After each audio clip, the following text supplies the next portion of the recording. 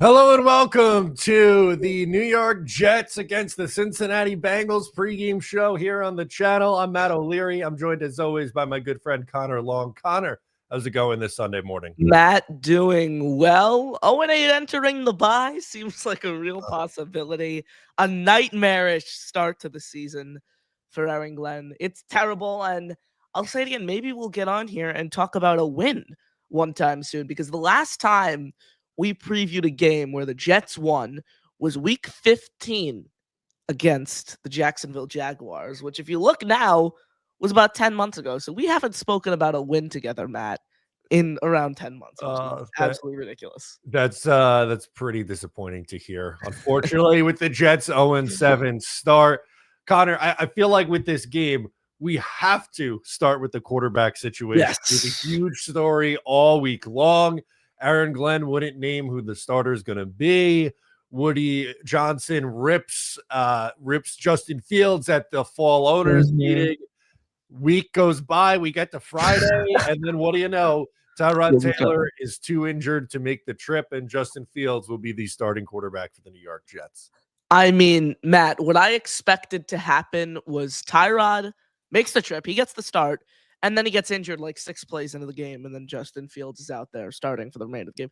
That was the Jet-like thing, in my opinion, to happen. But the even more Jet-like thing to happen that ultimately came to fruition is Tyrod Taylor doesn't make the trip, and now the quarterback, who the owner put on full blast earlier in the week, is now getting the start for Aaron Glenn's football team. And we were talking about this before the show, Matt. I just don't see a world where Justin Fields is in the right mental state to start today. I just really don't see it.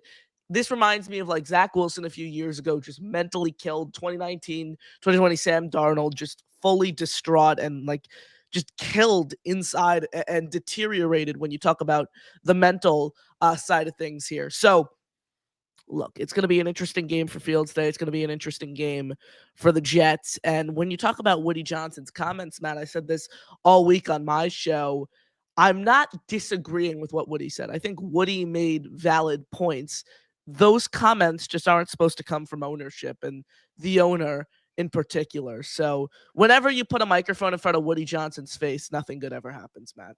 I'm so glad you said that because I got a ton of comments, and I'm sure you did as well, covering this, where you're like, hey, like I get Woody's frustration, but I just think it's putting Aaron Glenn and this team in a really rough spot for him to be speaking this way about a player. Like, when do you ever hear an owner come out and kind of publicly bash a player like that? And then I got a bunch of, well, is he wrong? Is anything that he said wrong? Well, no, but again, the context of who is saying it matters. It's different if the fans or, us, we come on here on the pregame show and be like, yeah, Justin Fields has really struggled. He hasn't played well. They should make a switch at quarterback. But for the owner to do it, that's very different to me. Absolutely. It's very, very different. And look, it's just, come on, man. It feeds into the same old Jets narrative. That's all that this does, Matt. This doesn't help the Jets. This doesn't help Justin Fields. Frankly, it makes the head coach, who Woody Johnson publicly praised, it makes his job harder for him to now go in and address that locker room and try to rectify what Woody Johnson ultimately said. And look, this isn't the first time we heard this in the Athletic report last year from 2022 when Mike White played terribly against the Seattle Seahawks and the Jets officially got eliminated from playoff contention, and Woody and Brick and Jack and his sons were in the locker room and talking smack about Mike White right in front of him for him to hear. It's so stupid. And like, some of these things that you hear are just hard to believe because of how incompetent that this organization ultimately is. But at the end of the day, they're true. And look, it's also a little odd that Woody Johnson takes all the blame off Aaron Glenn, in this situation. Meanwhile, Aaron Glenn and Darren Muji, and I'm not disagreeing with them at all. I thought this was the right move at the time. But these are the guys who went to Woody Johnson and said, hey, we got to get this guy Justin Fields $30 million guaranteed. We want him to be our starter. So Glenn is certainly not free of blame. Muji is certainly not free of blame. It's just, man, again, Woody Johnson with a microphone, nothing good ever happens. Did you see the quote in the article from The Athletic that came out? Yeah. I believe it was yesterday. He's like, "I'm not a very good owner at winning." I was like, "Oh, Yeah. finally, a little Yeah. self-awareness from our guy Woody Johnson." He's so poorly media trained. And you think like the Jets PR team would like sit him down the day before those owner meetings and give him like a rundown of what to say and kind of go over the questions that he would be asked. That never happened. I think Woody just showed up and he saw a pool of reporters and said, "I'm not answering any questions," and proceeded to take questions from reporters for 8.5 minutes. So that's the most Woody Johnson thing ever. But yeah, he was like, obviously paraphrasing here, "I'm not a good owner in terms of winning, but I think I can relate to the players," or something like Oh that. my You god. never played football in college. You're a rich billionaire from Johnson and Johnson. You know nothing about football whatsoever. How are you relating to the players and the players that you've had come through your organization over the past few years? It's absolutely ridiculous. Woody Johnson is a terrible owner, and I've given up on saying sell the team because we all know he's never going to sell the team. When he dies, Brick is going to take the organization over. This is going to be an organization stuck in limbo forever within this family. And at the end of the day, do you blame him? Like, if I was a rich billionaire who had as much money as Woody Johnson did, you wouldn't be able to convince me to sell my football team, no matter how bad they would be. And he's pretty much already tripled his investment. Like, he bought it for an amount of money that has blossomed so much over the years. The Jets are a multi-billion-dollar organization, like a steep increase from when he initially bought the team from Leon Hess. This reminds me, Matt, of when Aaron Glenn spoke to the media after week 6 in London. And the Monday press conference, he just completely wung it. Like he didn't do any preparation at all. He just went out there. He had a whole day to come up with answers for what happened in London. He didn't do anything. He just stood up there and completely wung his press conference, and it didn't go over all that well. That reminds me of what happened with Woody Johnson. There was no preparation here. There was nothing that went into it. It was kind of, let me just say shit for the fun of it. Like, that's what it was. That's what it felt like. For sure. Our guy B-Man sends in a super chat to get in on the conversation. Says, James Dolan is proof a blind squirrel can find a nut. All we need is for Woody to find that nut. It's just taking him too long for him to find that nut. I mean, that's a good point, right? Like, I don't think anyone would say that James Dolan's a great owner, although, it makes the changes a few years ago. The Knicks are good, and, away we go. I think the frustrating part for me is the first half of his Jets ownership. Like, they were pretty good in the 2000s. I know you weren't around for that, unfortunately, Connor, but about every other year they were making the playoffs, and they were never like embarrassing for multiple years in a row. And then the last 15 years, they can't even get over 500 by accident. So it's really remarkable. I don't know how they get out of this, but I mean, they've done it in the past. They just got to find it again. I've tried to stay positive about this team, Matt, but there's literally nothing to be positive about. Like, people come in my comments, they're like, "Oh, how are you not positive about Aaron Glenn? This, and that." Like, he's 0-7. He can't make a quarterback change. Like, what is there to be positive about right now, Matt? At least, like, at this point last year, we were heartbroken, but we knew, okay, it's just going to be new regime. We don't even give a crap what happens anymore. We're distraught. Just wait until the offseason. We have a new regime coming in. We're going to start fresh. Now, a year later, this regime has exploded, and like, we don't know what's going to happen. People talk about Aaron and Glenn being one and done, this and that. I don't think unless the Jets go winless or win 1 or 2 games, that Aaron Glenn is going to be one and done. And that's still in play. I can't pick them to win a game right now. I always say they will win a game this year just because of the law of averages. They have like 9 games or whatever left. The law of averages says they will win at least one of those 9 games, but you never know. And look, I can't beat them to beat any team right now. I can't pick them to beat the Browns. I can't pick them to beat the Saints. I can't pick them to beat any team on their schedule right now because they're the only team in the NFL without a win, and they are the Jets at the end of the day. So look, that's still in play, but like, unless it's 0 wins or 1 win, I don't see the Jets moving on from Glenn. And like, who are you hiring? That's my question. Who are you hiring? Like, I think we spoke about this last week, the candidates for the Titans job who just picked number 1 overall in the draft. Lou Anarumo, Matt Nagy, Anthony Weaver. Like, those are the list of candidates you're looking at. Like, do we want to go with Arthur Smith for next year? It's just, they're in this crossroads where they just really messed up that Aaron Glenn hire. They really, really, really did. And look, how much blame do you place on the 33rd team? That's a question that a lot of people have been wondering and been asking themselves. Just not in a good situation right now. No, definitely not. And look, I think you bring up a point with Aaron Glenn that unless if they go 0-17, I think there's a chance that it changes. But let's say the Jets stumble into a couple wins because it's the NFL, and we all thought the 2020 Jets were going to go winless, and they beat the 11-5 Browns and the 10-6 Rams. So you never know here. But point being, there's a really good chance that Aaron Glenn is back next year in 2026, whether you think it's a good idea or not. So like a part of me honestly wants to see him put it together. I know we're talking about like they got to have a high pick to draft someone. Even if they win a few games, I still think this is a team that's likely to pick in the top 3 and should be in range for a quarterback. Yeah. I think it's important for Glenn to put some positive things just out there in the ether, because week after week with loss after loss, I just feel like you're losing more and more of this fan base. Losing more and more of this fan base. Absolutely. Well said there. And he needs to get a win. He needs to get a win as a head coach, bottom line. And as I think 0-17, Woody would have to make a move, but still, like, nothing is guaranteed with Woody Johnson. Hugh Jackson went 0-17 with the Cleveland Browns. He still stayed there for another season. So it's just, if you go winless, you have to make a move, because everyone is going to cancel their season tickets if they don't win a game, and Glenn is back. Literally everyone. I wanted Josh McCown. Josh McCown was my number one option to be the head coach of this team in the offseason. He's back. He's an available option. Man, people are saying Mike McCarthy. I don't know if Mike McCarthy would want to come coach the Jets at the end of the day. And, like, I'm a little weary of McCarthy. Like, he developed a quarterback 15, 20 years ago. I'm not the biggest Mike McCarthy guy. I've actually been on record here for a long time, advocating against the Jets to hire McCarthy. The argument that I'll make for him now is I think he would raise the floor of this team pretty significantly.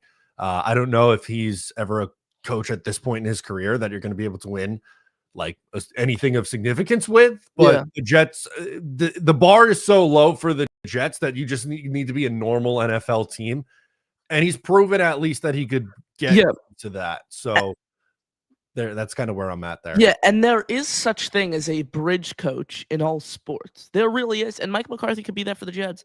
I'll make this comp. So think back. I know you're a hockey guy, man. I know you're an Islander fan, but like the Rangers, for example, 5-6 years ago, whatever it was, David Quinn was their head coach. Not a lot of people remember David Quinn for his time with the Rangers because he didn't bring them to the Stanley Cup. He didn't bring them to an Eastern Conference finals. What he did was kind of instill the framework and the foundation for this Rangers team. He instilled a power play unit that brought them to the Eastern Conference Finals. Like he instilled the principles and the baseline of what this team needed to do. They ultimately fired him because he couldn't have brought them to a Stanley Cup. But then they bring in Gerard Gallant. They go to the Eastern Conference Finals, and his power play, his line, is pretty much his line arrangements is what, propelled the Rangers that deep in the playoffs. So like maybe Mike McCarthy can be that for the Jets, but I just think they need to take a flyer on a hot shot, and that came from Connor Rogers of Badlands. I want to give credit where credit is due. That was listening to Badlands with CR and Joe Caporoso. Yes, this was a great take by Connor Rogers. So that could certainly happen with the Jets. I just think, like, if you want to win a Super Bowl, you need a hotshot young offensive mind. Yeah, it's I get that. I just worry, like, with for Josh. Let's just use Josh McCown as the example. Yeah.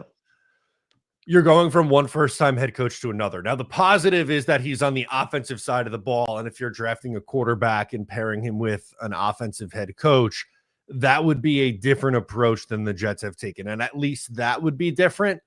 But the pivoting from a first-time head coach who's learning on the job to another first-time head coach who's learning on the job scares me a little bit. I'm not going to lie, even though I'm fully agreeing and admitting that it would be a different approach because one's defensive background, the other is an offensive background. Would you ever promote Engstrand to head coach? Like, would you ever think of that? Like, fuck it, just put Engstrand in there.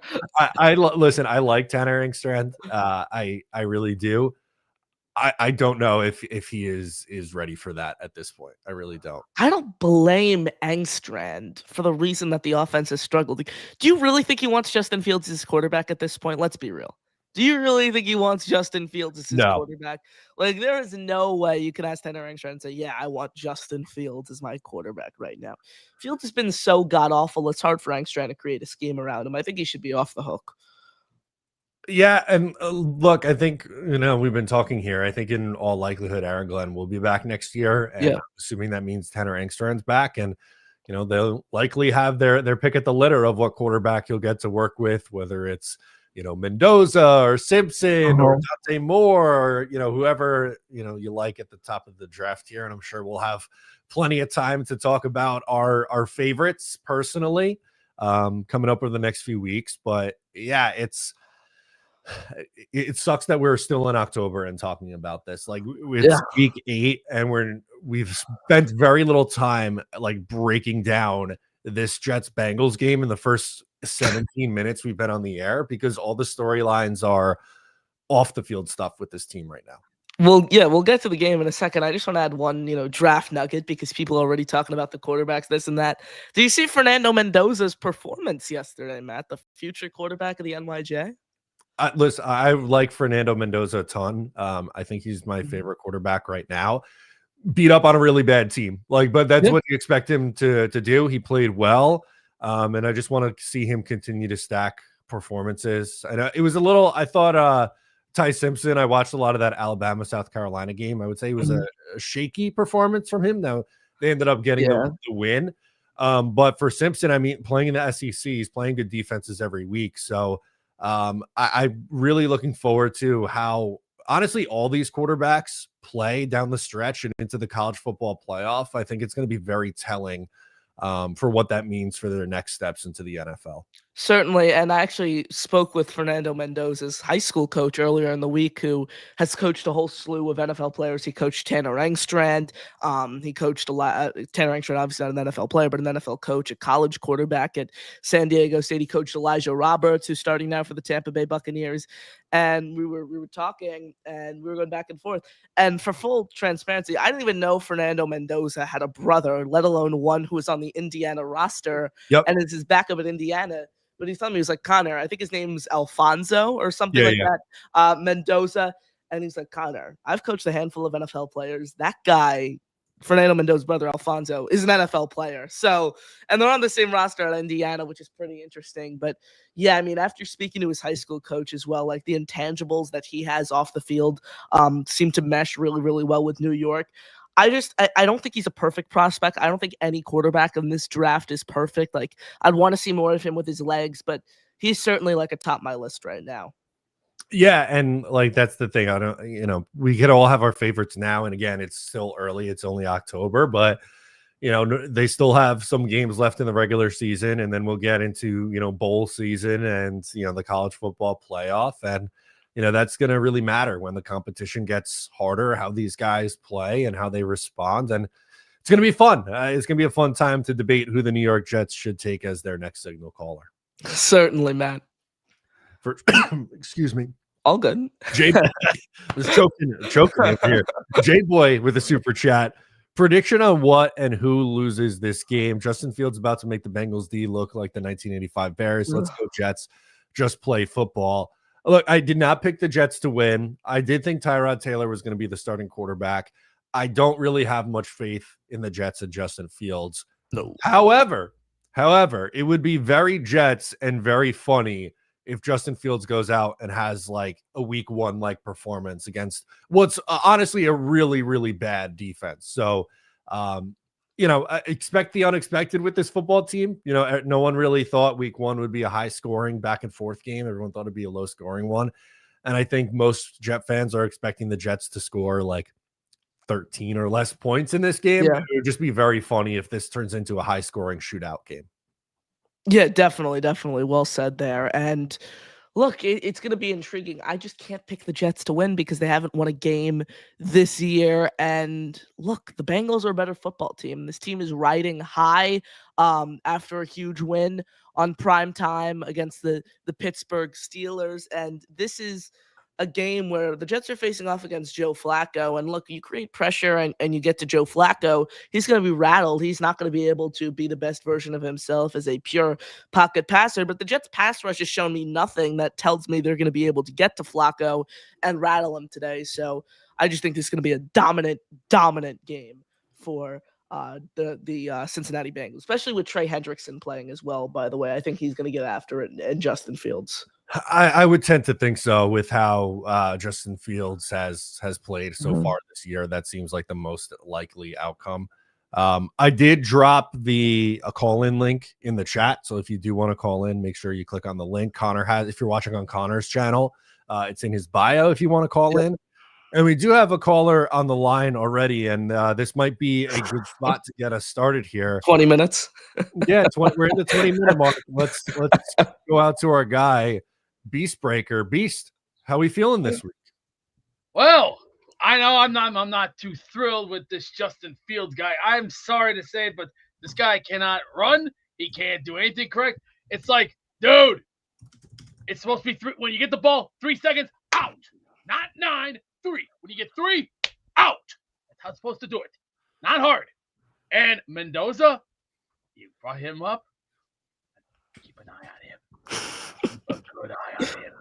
And make sure he signs, because next year, when that draft comes up, give him one of these and have him fill it out. And have him fill it out. Okay. Next year, there's going to be a lot of guys that are going to be leaving this organization. Clemens, bye-bye. Let's see, another guy who I can't stand, Carter, see ya. Adams, bye-bye. Can't stand him. I think it's time to start taking a fire sale and then next year, what we will have to do, we got no choice to do this. We're going to have to do this. $10 billion and also a new ice tub. The boys need an ice tub for a reason. When they get banged up, get their ass in the ice tub. It's going to hurt like a bitch, but you know what the best part is? You got to get that blood and the circulation back into the bones, because if you don't take care of yourself, you're going to be screwed up for life. And then what are you going to do when you're 60 or 70 or 80 years old? You better start thinking about that, because the futures for them are on the line here. This is the turning point. What has to happen today? Today is the turning point. Time to move your asses. Time to win. Time to survive. There's an old saying in the world: strive to survive. You want to survive? Get your goddamn first win. Do it now. Everybody's sick and tired of it. I'm sick of it. You guys are sick of it. I'm tired of us exploding on each other left and right. Like, Connor, let me ask you a question. Yes.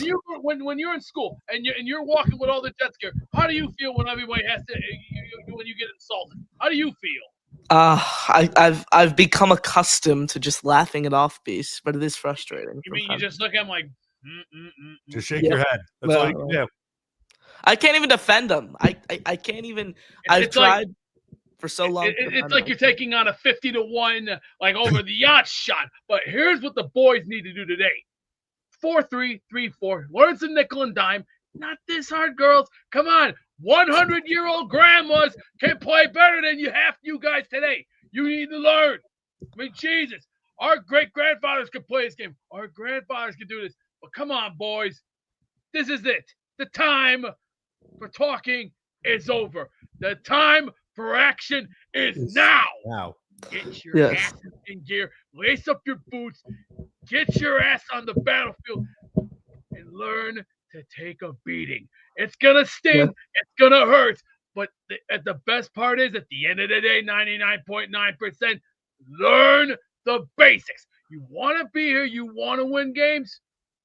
Earn your keep and earn the respect of the fans. Sure, they're going to boo you. You know why? Because we suck. And I do not want to put another paper bag over my head and just go, we suck. I don't want it anymore. I don't want it. I want to see wins, and I want to see us happier. Because when was the last time you were happy when the Jets won? When was the last time you saw happiness? Think about it. Last year, maybe? Good point, Beast. Better start thinking now, because now the time has come. And next year, when we do get this Mendoza guy, which I swear to God, I hope we do, we better get rid of Fields, because I don't see a potential in this kid. He's too slow. I thought he would be great at football. Unfortunately, he kind of dropped the ball. And Tyrod Taylor should be playing. I mean, and Aaron Glenn, what the hell is this guy trying to put up word salad with the media? Hey, Einstein, you better get your acts together, because people are not buying your bullshit no more. So either get the facts right or just don't tell us. Because why are you wasting our time? You got Rich Shamini out there. You got all the other media out there that are asking questions like, who's your quarterback going to be? Would you please get to the facts? And please tell us up front. Instead of this word salad bullshit, please be honest. Stop standing there giving us the ring around the rosy lecture. I didn't come here for lectures. We came here for truth, for facts, and for other things that we need to find out. Get it done today. Today is the time. And then next week, when we go into the bye week, yes, when we play Cleveland, same thing. Get your heads out of your ass. Start winning it. Start winning. Start learning and learn to achieve it. Because let me give you this quote. Strike first. Strike hard. No mercy. The enemy confronts you. They're the enemy. The enemy deserves no mercy. And that is a damn well fact. All right. You needed the pause. I was getting to that one pause. Thank you, Beast. A ton of insight there. Show no mercy. Strive to succeed. Whatever the line was there. That was my biggest takeaway. If Beast didn't ramble for about 55 minutes there, I was going to ask him for his top 3 quarterbacks on his big board, but we'll save that for maybe during the bye or during our next stream here. Yeah, absolutely. We'll definitely cover that for sure. All right, let's go out to Doug up next. He's been waiting. Doug, what's going on? I can promise I'll have some, actual takes and not just go off the deep end right now. Sorry, let me adjust my camera. I didn't realize I'm out of focus. If the Jets continue to suck ass all the rest of the year and they go winless or go 2-15, I think they should fire somebody. I wouldn't be against trying to pry one of the big college head coaches out of college. If it was me, I don't think they'll do this. I would be in favor of going after Dan Lanning. I know it's different college football, but you see a lot of college coaches making the jump now. Like a few years ago, BC head coach went to leave for the Packers DC job. So you see guys not wanting to deal with the headache of college football anymore. I don't love the idea. I know Sark said, I might leave for an NFL job where I'm open for the opportunity. I wouldn't want Sark. I don't think he'd be a good head coach in the NFL. But a guy like Lanning or one of these big college coaches, if you think you can get them away and they'd be a good NFL fit, they have head coaching experience. I know it's different. Then I'd rather just going to a completely new guy who's never done head coaching before. Does the Matt Rule or Urban Meyer scenario, does that throw you off from it, or you're just willing? No, because for every Matt Rule and Urban Meyer, there's Jim Harbaugh's, there's Pete Carroll's, there's people who have done, there's Jimmy Johnson. There are people who have done it successfully. So there are, anytime you go to the college route, I think it's going to be a 50-50 thing. So, but I think it's better hit rate than going to a guy who's never been a head coach before. That's fair. Because Urban Meyer's I think Urban Meyer's a huge outlier. Matt Rule was bad. There's no denying that. Matt Campbell's interesting from Iowa State. We've heard him the past 2 searches. Yeah, everyone said Matt Campbell. I think he's going to jump for a bigger, because this college coaching cycle is going to be one of the craziest coaching carousels ever in college football history. So I think he might jump for a bigger college job this offseason. Yeah. But I'm not again, I don't know if he'd ever leave Oregon, but I think Dan Lanning would be a really good NFL head coach. He seems like a guy who's a leader. He knows how to coach both sides. He came up on the defensive side from Georgia. I mean, he knows how to lead a team. And that's what you want. I know we want an offensive mind, but this is still a guy who had the head coach experience. I know you want McCown, but I can't do the inexperience thing again. We don't know how that's going to go out. I agree with or if you want to go to an experienced coach, I know Flores is defense, but I would even take in Flores because these are guys who can lower your floor like a McCarthy and just bring the franchise back to respectability that we haven't had in a while. Like, we are the biggest joke in the NFL by far. In sports. Yeah. I mean, the Buffalo Sabres are pretty bad. But the NFL's a lot bigger than the NFL. I know. So, yeah. but like, my point being, it's us and the Buffalo Sabres because we're the same playoff drought. So it's us and the Buffalo Sabres who are the two biggest jokes in sports right now. But we're just on a bigger frame because we're in the NFL. It's ridiculous. Like, we just can never get it right. And it's frustrating. Like, people want Glenn to work. I want Glenn to work. Like, it just sucks. It really sucks. We just need to get respect to what, if it goes like the way most of us, I think if they're anything worse than 3-14 and it looks the same, they should be gone. If it's like, say they go 3-14, but like it's competitive every game, it does look different, that's a different story. But if it looks the same, they squeak out a win against the joke of a Dolphins and they squeak out a win against the Saints, there's no reason why anyone should be back on the staff. Agreed. I don't necessarily disagree with you. I just don't know if Woody Johnson's going to go off of that and let the ego get involved and say, I made a mistake here and I'm going to change it. And I get that, but like Connor said it earlier, like at a certain point, like your fans will just be like, I know because of revenue sharing, tickets is not the end all be all, but it is a bad optic if your stadium is empty every week and Jets fans are not showing up. Because at this rate, if it goes as bad as a lot of us are thinking it is going to go at this rate, because there's no signs of it turning around. Why would we spend our money to go to the games? Like, why? There's no point. Yeah. Again, I'm not saying from a money aspect that would hurt him. It would hurt from an optics. Like, if MetLife, which is the biggest dump of a stadium in the NFL, is half empty every week, and it just whoever the visiting team is, all their fans there, it's gonna make the team look bad. And I was like, man, maybe I should. So it's just frustrating that we're such a fucking joke. Sorry for my language. I know what people, but it's so frustrating how much of a joke we are right now. Yeah. And I thought this was a season where I couldn't really be disappointed because I knew we were going to be bad. Like, we all knew we were like, no one was expecting to be this bad though. No, it's like, it was really like after last year, it was really hard to get disappointed this year, and Jets found a way to do it. Also, what I think is going to happen, I don't think it's likely Justin Fields gets a good game. I think it's likely he gets hurt and Brady Cook ends up going into this game. Brady Cook season, baby. I think midway through the second quarter, he suffers like a concussion or like an ankle sprain or something. Or he might be dehydrated like Zach against the Dolphins. Yeah. I don't think it's going to be a fugazi injury. I think it'll be like a legit injury. Okay. I think it'll be like he gets rolled up on or like take the thud like he did against the Bills game. And then we get Brady Cook for the rest of the game. And then he has the Mike White performance. And then you be controversy for the next weeks. Oh, do you start Brady Cook? Do you start Tyrod Taylor? What do you do? Glenn does not want to start Brady Cook at all. Like, if he wins and plays well, he kind of have to, doesn't he? He strikes me as the head coach who, like, even if this regime has been so poor with roster decisions and everything like that, like Brady Cook could go and put in a masterclass and have the Jets. I mean, if he puts up a Mike White game, he can't not do it. With like 4 yards per attempt, but just dink and dunk down the field and put up like 30. No, but like Brady Cook, like again, this is all like hypothetical. It's like you need something to have, like say, or like a couple of Colts players got hurt in warm-ups a couple weeks ago. That could happen to Justin Fields. Like he like rolls something in warm-up or like hurts himself in warm-ups. Brady Cook goes out there, leads the Jets to victory because no one has like, oh my god, what? The Jets have a quarterback who's not scared shitless to throw the ball. So like, and he wins. It's like, well, I mean, he got me my first win, so I kind of think I gotta stay with him. Keep it rolling. I mean, again, that's logical thinking. We don't have logical thinking in the Jets organization. I do think the way the season's going, if it continues to go down this way, at some point you kind of have to start Brady Cook. That's what I wrote. Just what you have in him.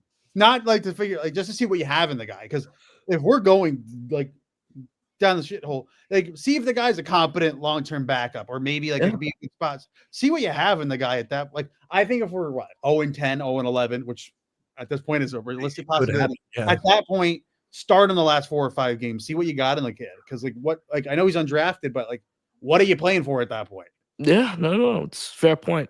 You're not playing for anything. See what you got in the kid. I know I've gone on a little rants, but at least these were like coherent. I just, I think Doug. I think Fields get hurt. That's a gut feeling today. Fields is going to get hurt. Brady Cook is going to get into this game. Okay. Brady Cook season. We're here already, Doug. Gotta love it. I wish we weren't. Yeah. We're in Brady Cook QB1 season and Brandon Smith wide receiver 1 or 2 season. Did you guys think we'd be like after that week 1 game? Man, it's like, oh man, such a competitive game. We really had it. We only lost because like we let the Steelers win that game. It wasn't because the Steelers were better. And then this every week since has been such a downward spiral. It's crazy. It's getting worse by the week, it feels like the Dolphins game. It's like the Bucs game, you got lucky because you had that block field goal, which hindsight, they should have just gone down at like the 5 and then just like milk the clock and scored. And then they would have, but they probably would have effed that up too. If they like the Broncos game in week 4 last year, they added the 1 yard line. They didn't score. So who knows? But then the Dolphins game, if they don't fumble that ball, game over. Jets are going to win. Dolphins would have quit. It was going to happen. You've seen them play every other week since. Then the past 2 weeks, it has been like I would so much like I don't want to be a Giants fan, but I would so much rather have what the Giants have right now. Like, they're losing, but at least their games are watchable and entertaining. No, that's what having a quarterback you believe in does. Like how that loss to the Broncos is a crazy loss, but it was an entertaining game. The Jets can't move the ball. That Panthers game was one of the most boring games I've ever watched. The only game worse than it, I was at like that Jets Chargers game like 10 years ago. That was 14-7 and just had like one long run play. And it was in that game. It was the worst game I've ever seen in any live sport. Like the Chargers couldn't do anything. The Jets. Do you know what game I'm talking about, Matt? I think that was 2012. I think, right? Yeah, 2012. I was at the Jets Cardinals game that year with Mark Sanchez, Greg McElroy versus who was it? The Cardinals, Ryan Ridley, maybe. But holy crap! Like that game was like, oh my god! Like we can't. Like it was the most boring 3 hours of my life. Yeah. The worst experience was going to the Jets Patriots game last year. I've never watched a game and be more confused after leaving a game in my life and more broken. Dude, that game was. You're a brave soul. Like someone tried to fight me at the game. It was a great time. Great time. No, but I never seen the team dominate so much and still find a way to lose. It just physically and mentally broke me. And ever since, it just why do they do this to us? Like again, I said it on Jake's show a few weeks ago. I don't want Joe Namath to die, but. That's what my co-host on my Saturday show, Chris said. He said if this playoff drought extends 20 years and Namath is still alive, he's going to go to Namath's house and cough on him. Like I'm not rooting for death. Like Joe Namath, legend. That abundantly clear. I'm not rooting for him to die, but if it has to happen, you have to consider it. Yeah, like if it has to happen, like say it happens, God forbid. Well, it's going to happen at some point. Eventually, everyone dies, but like. God for happens, like say, boom, he dies. That next year, we're in the playoffs. It's like, guys, I mean, yeah, exactly. Not a good look. Good question. Did the inactives come out? I'm assuming they just did. They did. We were gonna go to that after your call. So, guys, thanks for having me. I know I ranted a little bit there. This was fun. Always a good time, Doug. Enjoy the game. Thank you, Doug. I love it. All right, let's get to the inactives here, Connor. Then we'll get back to the phone lines. We got a few people waiting to hop on here. I'm trying to share the screen right now. Really no surprises at all. So we'll pull it up.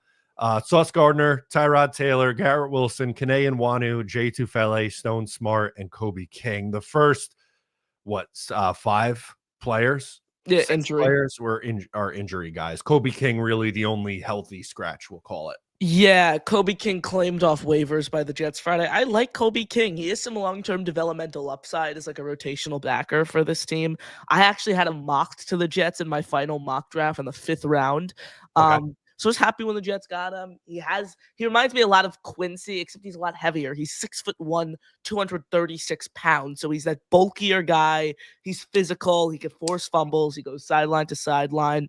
I like Kobe King, but Matt, Jelani Woods season. He's active. He's active, baby. Let's go. I mean, there's not a lot of choices to where Justin Fields is going to go with the ball. He might have to, by default, get some Jelani Woods action. He might accidentally throw it to Jelani Woods. I mean, it's going to be interesting today to see what the Jets do in the wide receiver room, especially with the trade deadline approaching. I tweeted this out last night. Yesterday, I spoke with the agent of a current Jets wide receiver who told me that they believe Allen Lazard will be dealt before the trade deadline, which of course is just approaching on November 3rd. So it isn't a front office source, it isn't a league source, but an agent of a current Jets wide receiver who I spoke to yesterday tells me that they believe Allen Lazard will be dealt before the deadline. Some of the comments on that report I put out were golden. I'd trade him for a bag of Cheerios. I'd trade him for a bag of Cheetos. I would trade Allen Lazard for a high five at the end of the day. Get him off this football team. It's going to be a day 3 pick swap. Allen Lazard and a 7th for a 6th. Allen Lazard and a 2027 6th round pick for another 6. I don't know. It's going to be very minimal draft capital you get back for him, but whatever it is, I think you just take it. I was talking about this. I was texting with Justin Freed of the Jet Press about like what a trade could look like yesterday, and I said the Derek Nottie trade 2.0. Give me like a conditional 6th round pick that isn't from the Super Bowl winner, and there's no chance of hitting. But just anything. He's hurting you by being on this football team. Like Arian Smith, you reached on the guy in the first round, and the fourth round, and you can't even get him involved in your game plan. Like it's so frustrating. It is frustrating, man. I don't know what the wide receiver target share is going to look like today. I'd say we'll see, man. We'll see. All right, let's get back to it. Alan's up next. What's going on, Alan? Hello, gentlemen. I don't know how to follow up the wishing Joe Namath death call, but okay, I'll just do that. Your best. Off topic, Matt. I'd keep Warren in the lineup for the Islanders. At least he actually plays somewhat defense. I can't watch Tony D'Angelo anymore. I just can't. Former Ranger, baby. We're in full agreement. He's a traffic cone pretty much out there, and so is Mayfield. Okay. So on to the Jets. First of all, I give you guys lots of props having to watch this team on a weekly basis. This might be it for me. I'm going to a bar. I can't watch this anymore. I'm going to a bar to watch this game. I might watch the Thursday night game in 4 weeks when they get smoked by the Patriots, but I can't watch this crap anymore. I really can't. It's really difficult to watch. Honestly, I was home yesterday. I have so much more joy watching college football than I do watching this. Honestly, I watched Mendoza in the morning. I watched my Hawkeyes put up a 41 spot by some miracle they did.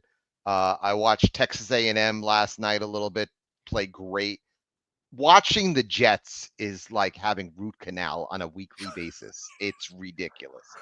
I'm excited that the Jets finally brought up my Hawkeye receiver. He's in the lineup today in Brandon Smith. So it's Hawkeye versus Hawkeye as Noah Fant. I'm sorry to cut you off. Nick Mangold has passed away. Oh my God. Breaking news from the Jets that just came through. Are you serious? Serious. Just came through by the Jets official Twitter account.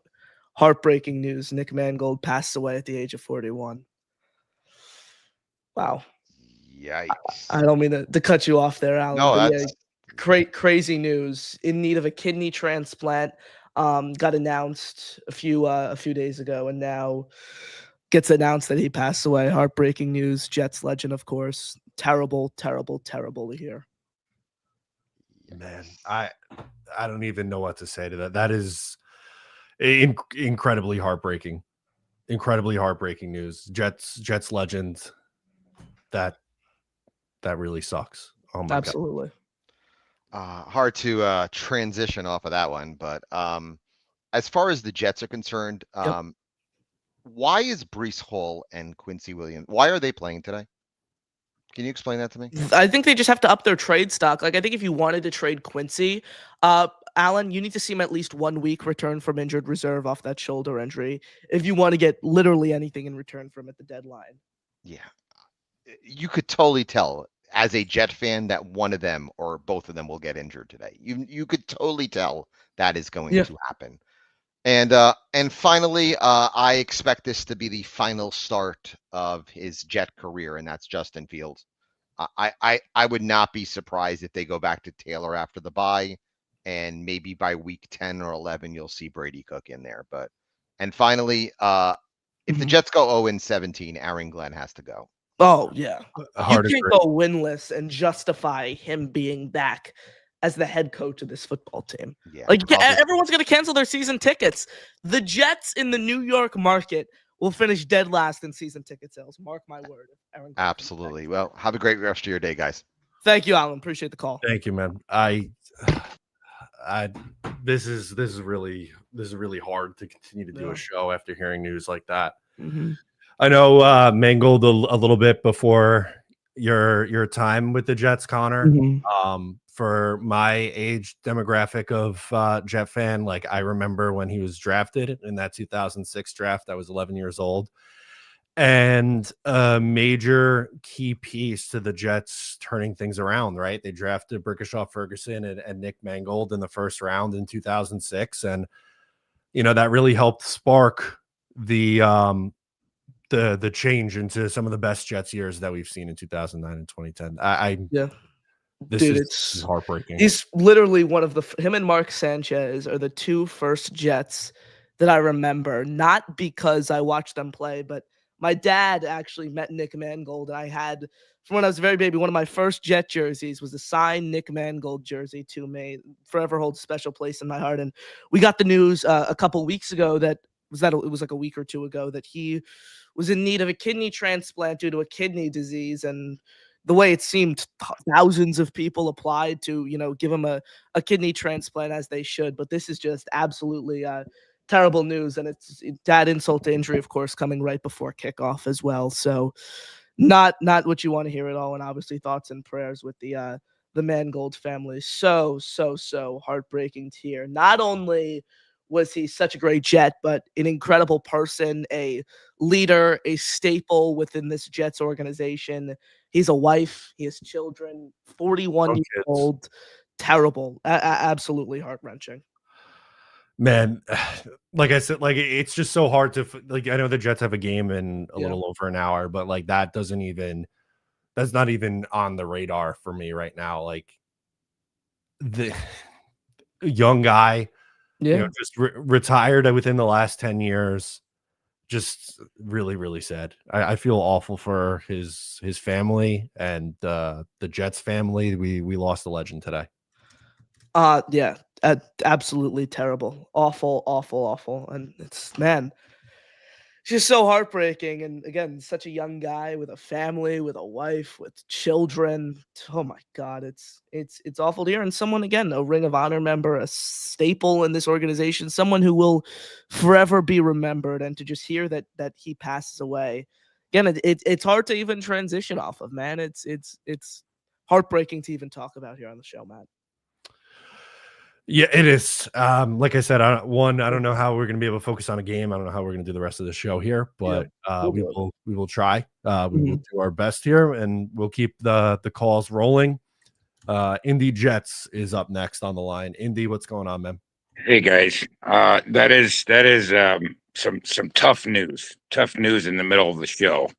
And the one thing I can say is that they were talking about, I've heard several guests say, hey, just stop going to the games, and it's empty stadiums. Jets fans aren't going to do that because of guys that we're just talking about right there. You go in there and you see the MetLife and you see the Ring of Honor and you see those guys hanging up there. Jets fans are just different than other teams, because this is a tight-knit family, and we're all feeling that, just like, it's like a family member that we just found out about. And this is what us Jets fans do. We could be 0-17 or 17-0, and that parking lot is still full. Now, is the stadium full? Probably not. But we're there because this is an ingrained thing that, Matt, you've been doing this for years. Connor, you're just getting started in it, but in reality.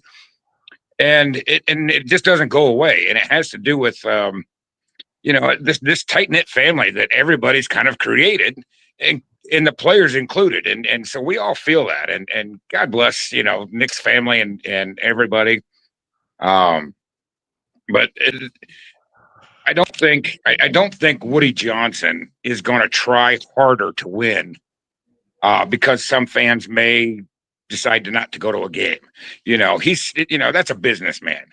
And the Jets teams and the Jets family and the fans, they're still going to be there. And we're going to, if we're 0-17, and if it's a different coach next year, it's a different coach next year. But the reason we go to games is for players like that guy right there. I mean, he's not played in the NFL in 10 years.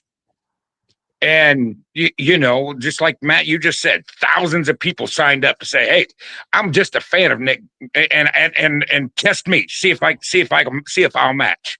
And Connor, it would be the same thing. If something happened to you, you'd have thousands of people saying, I've got a kidney for you. If it'll match, I've got one for you.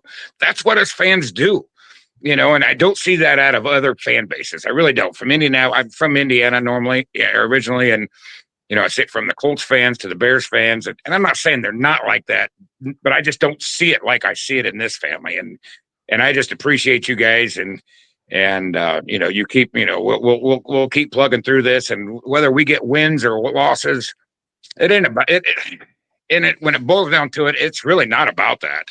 I'm not gonna not watch Matt O'Leary because we're 0-8. Matt O'Leary, Connor, you guys, Boy Green, everybody, Jake, you guys put out, struggle through this, just, and if, it's because we've become part of this group and this family that we're still here. And so, I just want to say, I appreciate you guys for what you do. And the fans that come in here in the chat, the ones I was just there for the Cowboys game, we that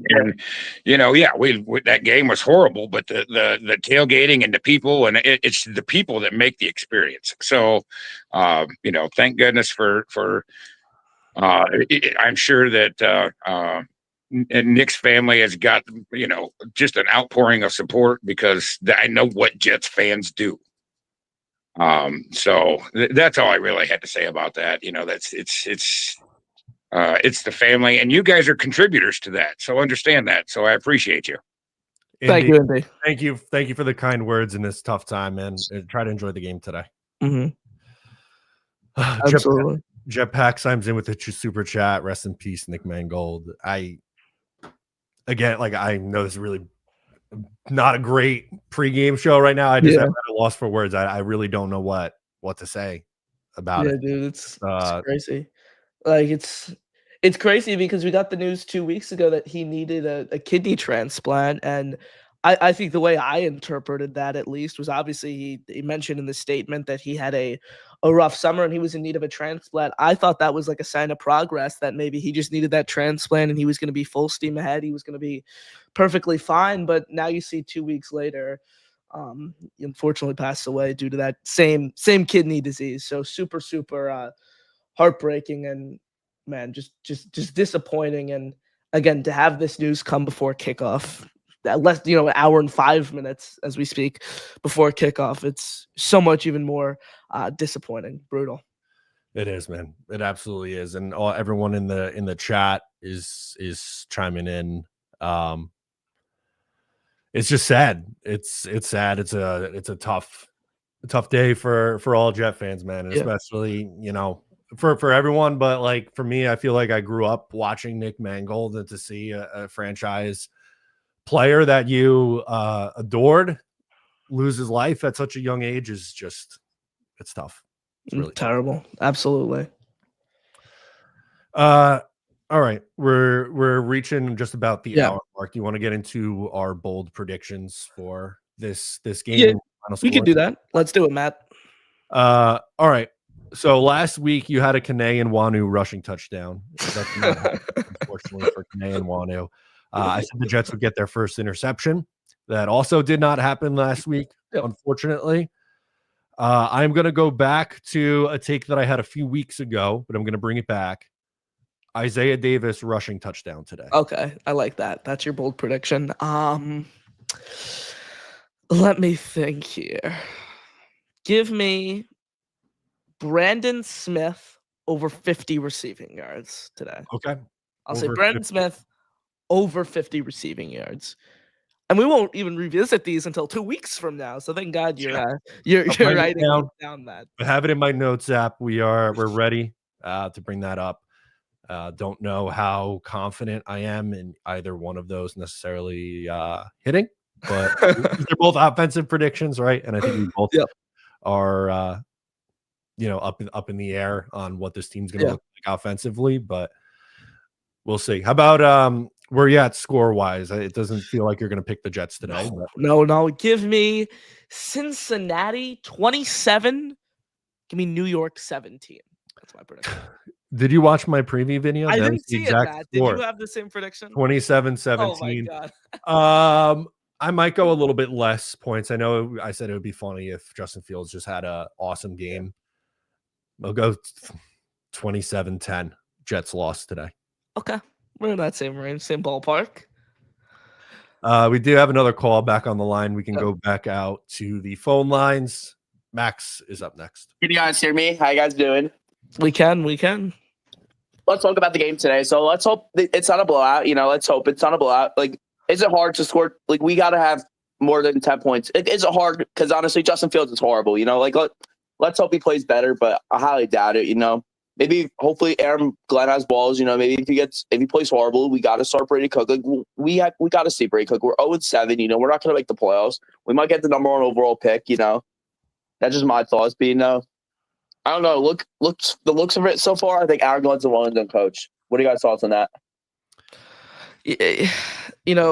Glenn, he's failed in every area. If you think about it, Max, he hasn't been able to manage the clock.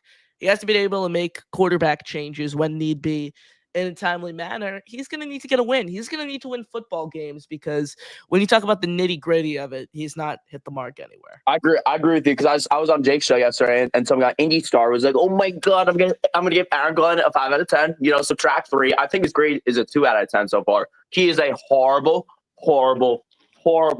Jets coach. The only thing Aaron Glenn's good at is the moral victory, the salsa dancing. This is the only good thing Aaron Glenn's good at, the salsa dancing. After every moral victory. What are you guys' thoughts on that? So should we subtract 2 more and give him a 0 out of 10? What are you guys' grades on Aaron Glenn so far during the season? I would say he deserves a failing grade right now. So whatever, an F on a A through an F. Yeah. Likewise. I give him a 2 out of 10. Okay. And this is me being generous. It's fair. Hard to argue there, Max. Because I think I'm just being generous and giving him a 2. Because if I could give him a 0, honestly. Absolutely. All right. Thanks, Max, for the call. Appreciate it. All right there. So 27. I had it 27-10. Connor had it 27-17. Any final thoughts before we hop out of here with about an hour to kick off? Rest in peace, Nick Mangold. Terrible news as we covered there, of course. Hopefully the Jets can get a win to maybe, soften the blow to some degree and take this off of our minds this evening. Brian Bogan sends in a super chat in honor of Nick. I say we do a live stream like you guys do with the draft, except it's for game 17, but only for 17. All proceeds go to Nick's favorite charity. I do like the charitable donation part to I don't know if Nick has a charity. I'm genuinely not sure. Yeah. We'll have to look and see, right? Well said. Yeah. That could be in the works. We can potentially consider that if they're 0-16. Charity stream for Nick Mangold. We did have Dre here, so let's go to him. Dre, what's going on, man? What's up, my fellas? How you guys doing? Sorry to hear about the Nick Mangold news. That is awful. That my prayers up for his family and everything like that. This team is uniquely terrible. I don't know how you give Aaron Glenn positive points. Like that last caller said, he gave him 2. Yeah. I don't know. I want to give him a pass. Like, hey, it's his first time doing it, but this is why you can't be a first time head coach and try to coach this team. This franchise is cursed. Doctor Strange is the only person that could save this franchise because he will know what spells need to be concocted and created to remove the evil whammy that is in place upon our souls of this franchise. As fans, we will persevere. We will be well, and our future is bright because we have Connor, You know, we have Matt that's going to take over for the entirety of what's going on at what is it? One Jets Drive. I can't wait for the Matt Larry version of that. That's going to be awesome. But the team is the least positive thing that this entire fan base has to be excited about. The fan base can be excited about the other fans that are actually covering this team, providing us with great insights, but none of the insights make it inside that building somehow. I don't know what we have to do. Yeah, only the Madden ratings. So if we can find a way to influence the Madden ratings somewhat. Yeah, exactly. Or I'll just go in there, reprogram them myself. You know, we'll have a private. No, these are the actual ratings that this should be. I knew it was a dark day when I found myself agreeing with Alan making his points, and I'm like, when Alan starts to make sense, you know that this is not the timeline for success for us. Yeah. I don't know if I not on, man. I don't know if I can even bring myself to watch this game. I just know we're going to lose. And if you have Jamar Chase, start him. Immediately start him on every league in every team that you have him at, because with no Sauce Gardner, it's going to be a long day for that Jets secondary. Well, yeah. Well said. I agree. It's going to be. I think the Bengals offense is going to be able to put up some points in this one. Yeah, exactly. So, just if you're watching this because we can't put it away, we have to watch it. My heart goes out to you. I offer you all the support and condolences that I can do. I can't do it. My heart is with you, though. I'm there with you in spirit. Thank you, Dre. Appreciate it, man. You, all right. Good stuff there from Dre. I think that's a good spot to close it out, Connor. I know we're just a little over an hour. We'll see the New York Jets kick off against the Cincinnati Bengals in just under an hour. Rest in peace, Nick Mangold. That'll do it for us today. I'm Matt O'Leary. He's Connor Long, and we'll catch you next time.